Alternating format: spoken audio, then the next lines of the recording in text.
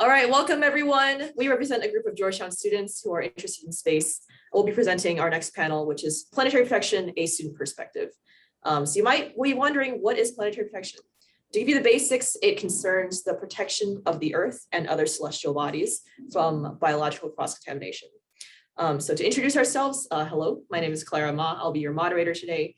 I'm a senior at Georgetown. I'm studying science, technology, and international affairs, and I represent the Astronomical Society. I'll pass it over to Mia. Hi, everybody. My name is Mia Kushner. I'm a junior also at Georgetown. I'm studying international politics and economics, and I am on our GU Astronomical Society as well. I'm Owen. I'm a freshman studying science, technology, international affairs. I'm on the board of the Astronomy Society and also the Space Initiative. Hi, everyone. I'm Zach. I am also a freshman studying science, technology, and international affairs, and I'm also in the Georgetown Astronomical Society and Space Initiative. All right, thank you to all our panelists. We have a lot of questions prepared, so we're just gonna dive right in. The first question is on the commercial side. So for context, during the Apollo mission, NASA was really concerned that the moon rock samples it was gonna bring back to the Earth might carry living organisms, which could spread disease. And to counter this, they built the Lunar Sample Receiving Laboratory, which cost over $9 million at the time, which is over $7 million today. So knowing that, is it reasonable to burden developing space companies and countries today with the high cost required to disinfect spacecraft? I believe the policy regime is already recognizing the overburdening of planetary protection on space companies and space programs around the world. We've already seen NASA recategorize the moon as a Category 2 planetary protection site, which allows much lower planetary protection regimes to take place, only requiring documentation of organics on the vehicle.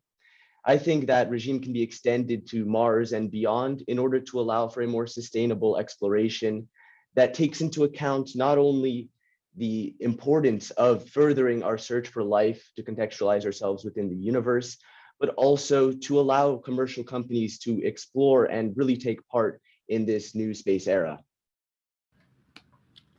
We are watching the rise of a new space race globally, with many countries and companies trying to get a head start into the industry. And everybody wants access to space, but that is precisely why we have to be cautious about our approach to life on this world and life on other worlds as well. While I believe regulation and protocol can be taken too far, we should err on the side of caution if our ultimate goal is to protect the life that exists here and on other worlds.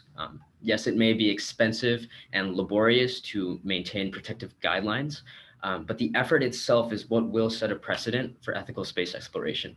And reducing our footprint before we understand the environments we deal with is the key to moving forward properly.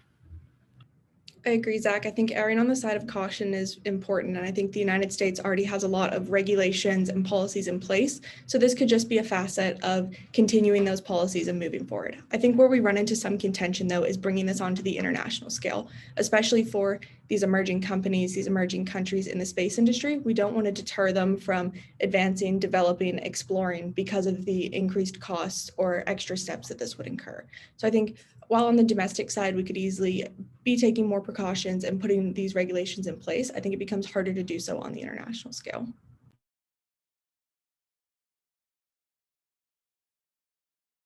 All right, thank you to all our panelists for your very wise answers. Next, we'll be asking a question on the medical side of things.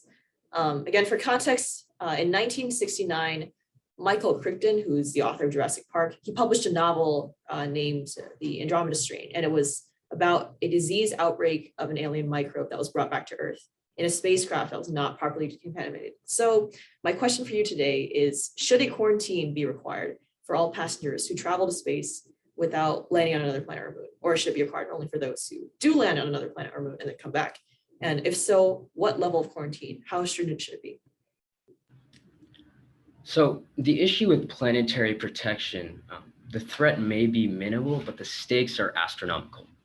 On Apollo 7, 3 astronauts contracted severe colds and had severe congestion that was worsened by the effects of microgravity. When it comes to protecting humankind, it is necessary to be cautious through quarantine, especially coming out of a global pandemic. We know this to be true.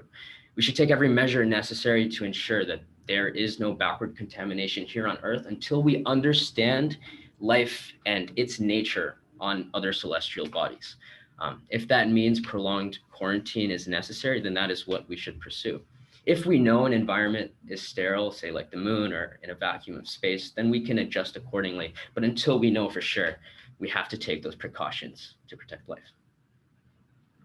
I think it's interesting as well how you link this to the current situation with COVID, because I know a lot of countries have had a decrease in tourism.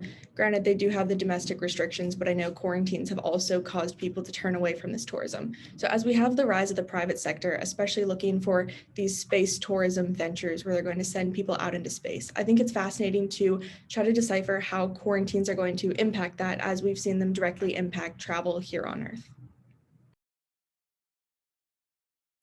That's a very good answer. And actually, to follow up on that, Mia, I'd like to ask you, in light of the pandemic specifically, should we consider planetary protection and biological contamination for extraterrestrial sources a national security priority?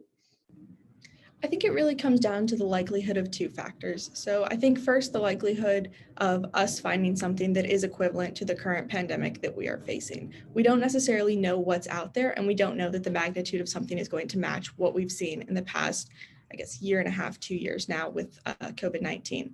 I think the second thing this comes down to is what the international community is doing, because while the United States can take as many efforts as they would like to ensure planetary protection and proper sanitization, if the rest of the world isn't going to be doing this, we are not going to see the same impacts that we would if we were able to get a group consensus and some amount of standardization of these practices. So I think it really comes down to the two of those, because if one country brings back one small microbe, organism, any bit of bacteria, I mean, that could really impact the entire world. All right, thank you, Mia. So in light of all our panelists' opinions here, I'm going to ask you guys, should Congress or the UN or another national or transnational organization enforce the requirement for all nations and companies launching spacecraft to disinfect their spacecraft? So the legal backing for planetary protection is found in Article 9 of the Outer Space Treaty, which says to conduct exploration of them, being planetary bodies, to avoid their harmful contamination and also adverse changes in the environment of the Earth. So there's already international law on the subject, but the issue, again, with all international agreements is in enforcement of the issue. Norms have obviously been degraded, as we've seen just in the past week with the Russian ASAT test, which put the International Space Station in threat. Norms are extremely important in the space field, and therefore the US should take a lead in enforcing norms in the international arena. It's an easy way for the United States to show its leadership in science and also encourage exploration of space under a cooperative banner, because planetary protection is one of the easiest things to agree on. So by using its facilities and its technological know-how, the United States can encourage cooperation with even competitors like China, because planetary protection benefits us all and shouldn't be controversial. I agree. I like that you brought up those international agreements that we do have, because I think while we do have those agreements, it's incredibly hard to enforce because not all countries are part of every agreement that's out there. I think, however, you bring up a really good point as to how the United States could use this to their strategic advantage. So the United States is able to promote our values internationally and work on more collaboration with these measures. And I think there are three major advantages to this if the United States is to go out and engage in knowledge sharing and engage in collaboration. I think the first is that the United States is going to promote responsible use of space internationally, which is going to set a better world order moving forward, where we've got all this competition that's going on, which is great for industry and development, but we need to be doing so responsibly. I think second, the United States benefits from having the continuity and even interoperability with foreign countries in terms of going to space and our missions. And I think third, in terms of great power competition that's going on in the world right now, it's good that the United States is promoting our values and gaining allies.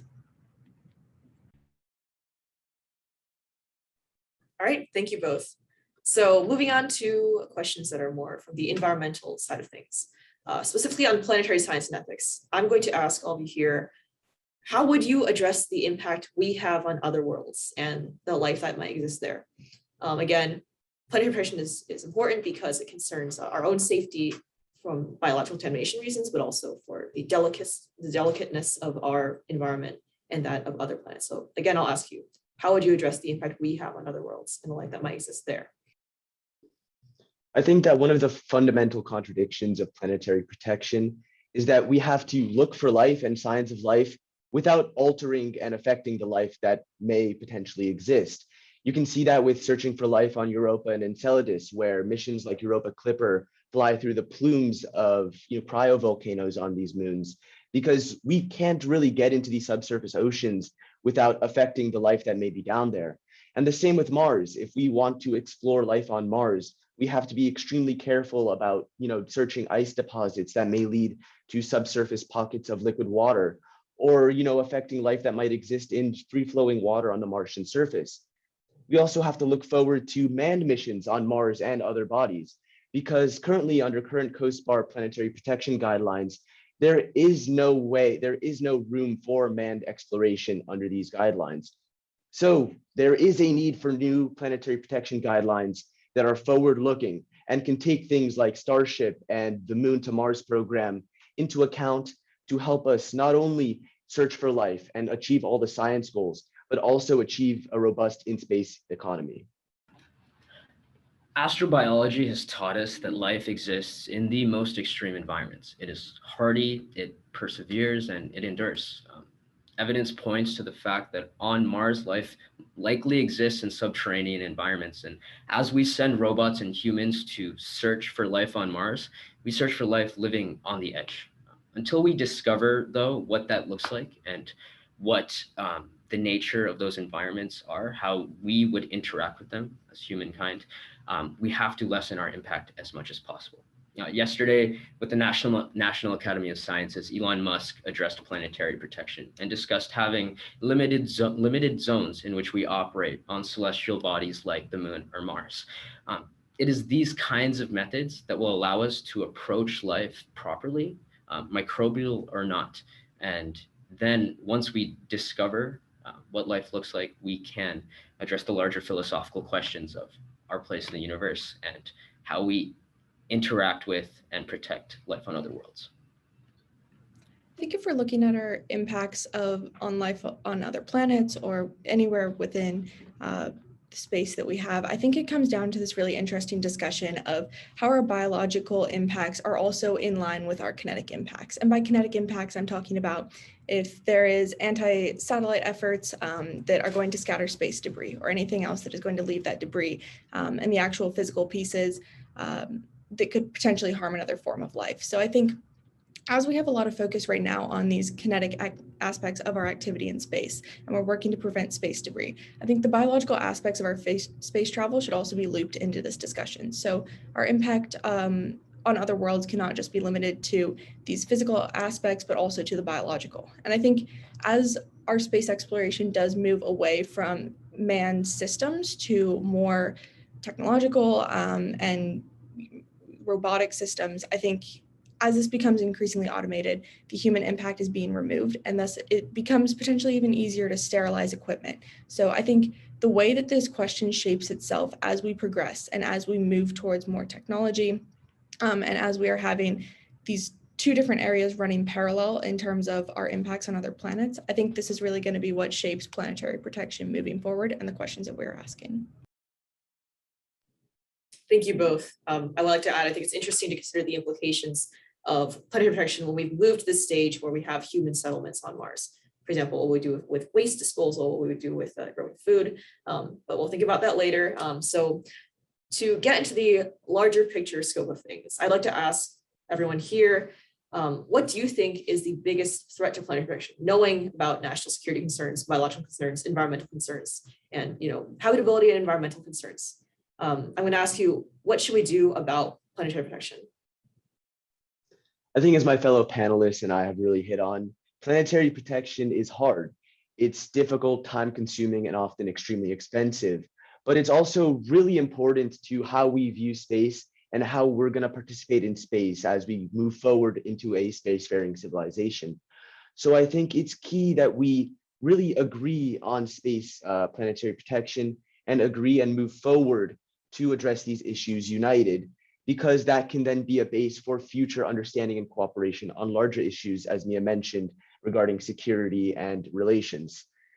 It also represents a new phase in our search for life. As we launch the James Webb Space Telescope, we undertake moon missions under the Artemis program. We're really reaching an inflection point, I think, in our both governmental and commercial aspects of space exploration. So regulators need to take into account the growing size of the space economy, the growing participants in space, and use that to create a coherent regulatory framework to allow for sustainable space development. And just to kind of end off, I feel like if we treat the potential for extraterrestrial life, the number is 1 in 10,000 of chance of impacting extraterrestrial life, I feel like that leaves us a lesson for life back here on Earth. If we're so careful about potential life on other planets, then what does that say about how we treat life here on our own? And I think that's one of the values of space exploration in informing pictures of our own planet. Thank you. I agree, Owen. I really like the point you bring up about international agreement. I think the biggest threat that we are currently facing in terms of planetary protection is negligence, especially in such a wake of competition. I think if we are having countries or companies that are working just to develop and move quickly and are not taking the proper procedures to work collaboratively with other nations, share this knowledge, share our information about how we can best protect life here on Earth, I think that's definitely going to be the biggest threat moving forward. I think we find negligence in a few different aspects as well. I think we have negligence in the competitive sense of we race to space and we race to go do all these advancements, but we're not necessarily taking the time to break down the risks and work with our international partners to best evaluate and address these risks. I think we find negligence in being proactive as well. I think if we really want to become a multi-planetary species or establish these permanent bases or even temporary bases on other planets, I think this is an issue that we're going to need to begin to address internationally, and we're going to need to start developing norms and standards for. If we truly want to be proactive and prepared, we need to have these international understandings rather than having to be reactive. This is exactly going back to the conversation we had previously about the COVID-19 pandemic. This is the exact issue that we ran into, was we had to be completely reactive and we weren't able to have systems in place, have agreements in place, and work together to actually fix the problems that we're facing.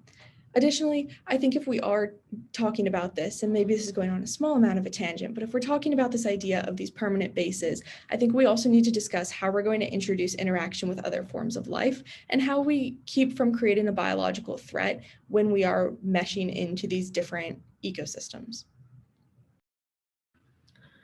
The threat of forward and backward contamination is a looming threat that we have yet to fully address as we figure out what space exploration will look like in the coming decades. And because of this risk, we need to prioritize ethical space exploration and the protection of life in all of its forms across the universe. And that will take place through the policies that we create within the coming years. To collect our thoughts, ultimately, planetary protection in all of its facets will allow us to reap back benefits for those on Earth. Everything that we learn at the frontier will be used to benefit us and benefit the global welfare of those who live here. In our shared mission in Georgetown to increase space awareness on campus and to promote space here on campus, we believe planetary protection is a way to support Earth and humanity through an interdisciplinary approach. We can create a future of space exploration that protects life as we know it and life that we have yet to discover. Thank you all, and especially thank you, Zach, for that very profound answer. To wrap this panel up, I think this touches on a pretty good set of things that have been happening recently.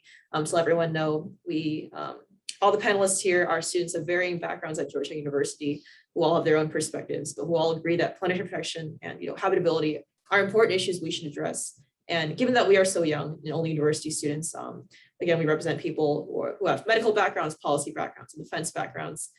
We also represent 2 clubs here on campus, which are the Georgetown University Astronomical Society and the Georgetown University Space Initiative, both of which are really passionate about space. And we're so happy to have been able to bring you this panel here today. Again, we would like to thank the SETI Institute for providing us this opportunity. And now I'd like to pass it on to our wonderful, actually, Bill, looks like you're about to speak. Would you like to say a few things before we go into Q&A? Oh, yes, if you have time to go to Q&A, let's do that first, and then I'll pop on, particularly on the subject of planetary protection. So why don't you do some Q&A? We've got about 10 more minutes total, so or just under. Yeah, thank you so much, Bill. You bet. I'd like to pass on now to our wonderful professor and mentor, Dagmar DeGroot, without which we could not have made this panel or this event happen today. So Professor DeGroot, I'm now handing it over to you to ask some interesting questions from the Q&A to our student panelists. Hey, thank you so much, Clara, and what a fantastic panel you guys have organized.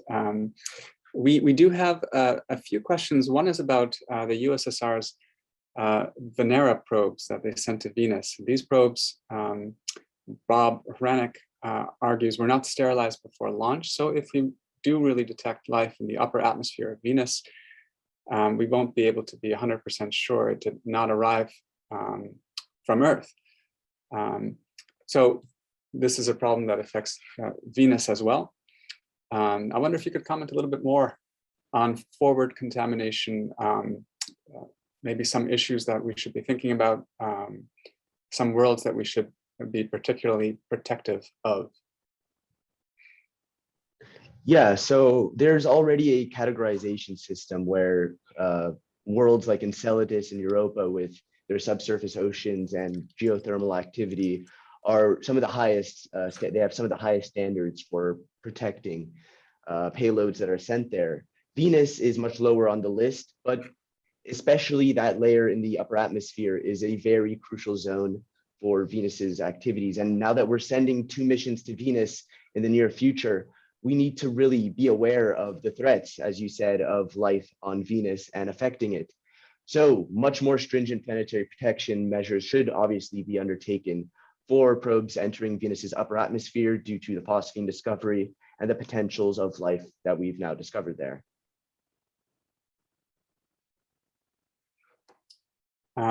Mia and Zach, Claire, do you have something to add to that, or should we move on? International guidelines matter. For example, quarantine looks much different for the Russians than it does for us, and procedure changes depending on the space agency, on the company even. So what really will matter, especially when it comes to the search for life, especially on Venus, on Mars, what will matter is creating guidelines that everyone adheres to, which is the hard part, but ensuring that everyone is disinfecting, is going through the proper precautions to make sure that we don't have data that is affected by organisms or microbials that have persisted on a spacecraft in any sense of the matter. So, Clara, you mentioned the Lunar Receiving Laboratory. This is this large complex that was set up during the Apollo program, of course, to protect the Earth from lunar microbes. It wasn't known whether these microbes actually existed or not. And the problem with the LRL, even though it was at the absolute cutting edge of technology at the time, is that it failed, essentially. There were many, many different breaches.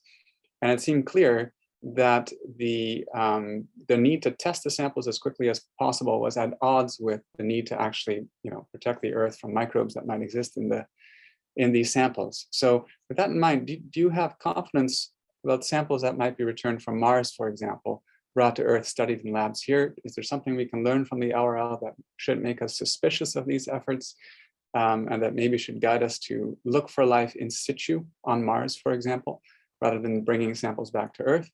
Or is these fears all kind of overblown? I think a lot of people would say that they are. Well, what do you think? I think, the example of the Lunar Receiving Laboratory is really interesting because we put so much money into it and yet it still failed ultimately.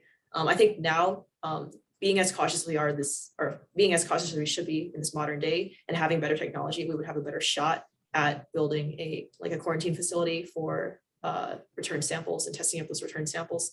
But you mentioned in situ collection of samples on Mars. I think that's also a very good idea. Knowing that any sample collected on Mars could be tested locally, but also on the flight back to Earth, that alone would take like a year. So in that process, we would have a kind of on the spot quarantine facility. And again, we could continue to do tests on the spaceship returning the samples from Mars. So I think there's definitely ways around it. There's no need to be not cautious because we have the technology, the budget, and the time before samples return to really thoroughly test it and to quarantine it. So I think it's possible. I'm also wondering, Clara, building off of that, if all of the testing has to be done in one location, or if there's the ability to somehow split it up, where you could do some amount in situ on, a different planet, any planet really, and then be able to continue those tests as you come back to Earth, and then once you get back on the Earth. So maybe there's a way that you're able to split it up to take caution while also keeping things moving and not getting stalled. Also wondering about new space. So GOOSEY, the Georgetown University Space Initiative, is kind of all about new space, these companies that now have big dreams in space, right? SpaceX being the best example of that. Well, these companies might be taking risks, right, with planetary environments that space agencies maybe do not. Right? There was just an instance where a whole bunch of water bears, I believe, were deposited on the moon. These are tiny microbes that are highly resistant to exposure to the vacuum of space. And a whole bunch of them were deposited there by a private mission to the moon from Israel. Actually crashed on the moon's surface. So question is new space a problem here, right? Should new space be more carefully regulated? Or are the demands, or not even demands, but the kind of ambitions of new space companies, are those more important than preserving a bunch of microbes on Mars or on the moon, or on Venus for that matter? Yeah, so with the tardigrades on the moon, it's tough because if we are to ethically explore space and learn from the lessons and the problems we've caused in the past as humanity, we do have to set guidelines that everyone adheres to. In our pursuit of expanding into the universe, we have to make sure that we take a step back and protect life on other worlds. And it'll come down to our priorities as a civilization. But yeah, we have to learn from our past mistakes and kind of move forward and use space as a canvas in which to ethically explore space and do it in the right way. And just to quickly add on, I think NASA's already shown, a lot of NASA and other regulatory agencies have shown a lot of willingness to be adaptable and to really work with commercial partners on these issues. And I mentioned how the moon was recategorized to help aid the commercial lunar payload system. And I think as we look to Mars and hopefully getting more payloads on Mars that are commercially operated, I think that there's been studies done that show that the first meter of Martian soil is extremely hostile to Earth life. And between the latitudes about 40 south to 40 north, there is very little chance that microbes transported from Earth could survive for long periods of time, thanks to the lack of water and UV radiation. So by helping to adapt regulations, not to over-facilitate commercial participation, but just to provide a reasonable framework where commercial companies can operate and help further the science goals that we all want, I think would be a great way to help encourage a sustainable space economy. Well, how about we end it there? And I would like to close by thanking you, Clara, thanking you, Zach, Mia, Owen, for a really interesting and stimulating panel. You guys are incredibly eloquent and thoughtful, and I was just blown away by this. So thank you so much. That was fantastic.